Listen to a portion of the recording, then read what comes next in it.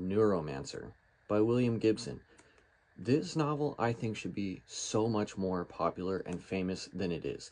Neuromancer is basically what kickstarted the cyberpunk genre. And a lot of us think of cyberpunk, you think of Ghost in the Shell, you think of Wicked City, you think of The Matrix, you think of the game Cyberpunk 2077, but all of that came from this. All of that came from William Gibson. It's just incredible writing in here, and what I really think makes it work is that what he really does is take hard-boiled crime fiction, like I mentioned before with Raymond Chandler and Dashiell Hammett and people like that. He takes hard-boiled crime fiction and puts it in a sci-fi universe. Now it's fresh.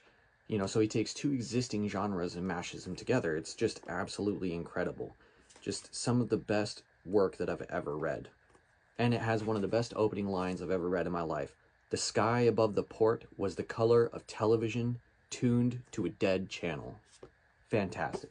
I would be remiss if I talk about sci-fi without talking about Philip K. Dick. And we have Do Androids Dream of Electric Sheep?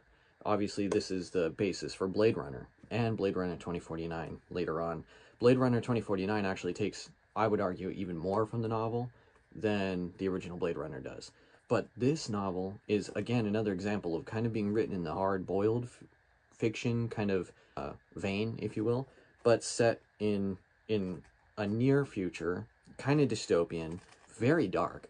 But this is another example where the writing is just so good that you're buying into this idea of these cyborgs that have been created, of this hyper-capitalistic future, present, maybe?